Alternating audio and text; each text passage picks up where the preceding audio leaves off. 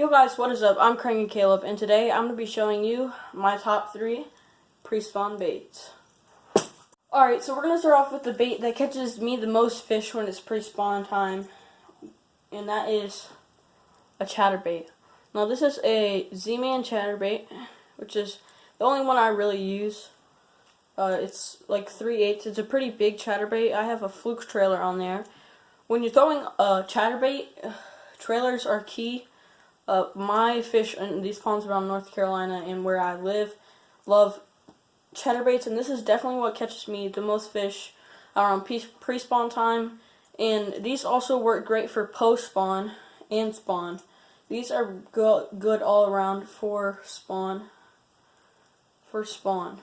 This is definitely my go-to bait for the whole spawn spring transition. This is definitely my go-to bait right here.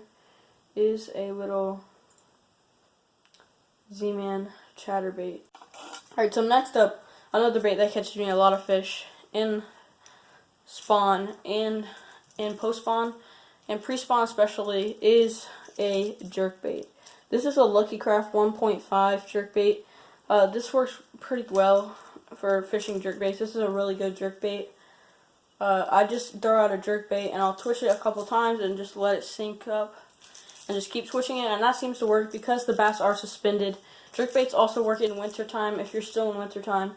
They also work great in post-spawn. Most of pre-spawn and post-spawn baits, I'd say, are similar for me, but a jerkbait is definitely the way to go in pre-spawn.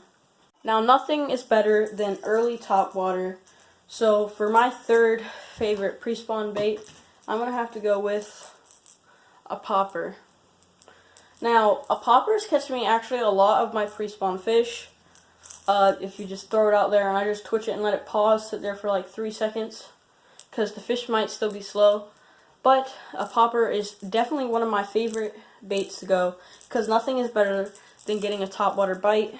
Alright guys, so my next 2 lures for pre-spawn time would have to be in our soft plastics. Now, there's really only 2 soft plastics that I use to catch fish during the pre-spawn and spawn, and that is flukes. I loved using flukes, whether I put them on the back of a jig head, Texas rig 'em.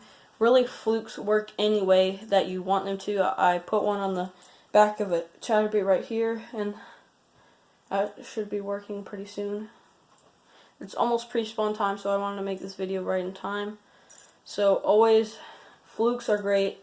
And next up would have to be curly tail worms. Now, we all know what a curly tail worm is because that's pretty much exactly what we got started on. Pretty much every single bass fisherman can say that he started out with curly tail worms. Now, curly tail worms create like a erratic motion in the water of the curly tail spinning and spinning. And I would fish it the same way I would in the summer, which would just put it on a Texas rig and drag it. Or, you know, sometimes, which is actually weird, is they work actually pretty well on drop shots. If you just cut the worm in half and put it on a drop shot hook, if you want to get small and finesse you like that. But flukes and curly tail worms would have to be my top 2 soft plastics for pre-spawn time. Hey guys, I hope you guys enjoyed. Please go in the description and hit the link and go join National Pro Staff.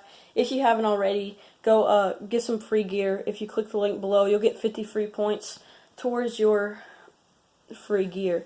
Now, those were my top 5 pre-spawn baits, and I will see you guys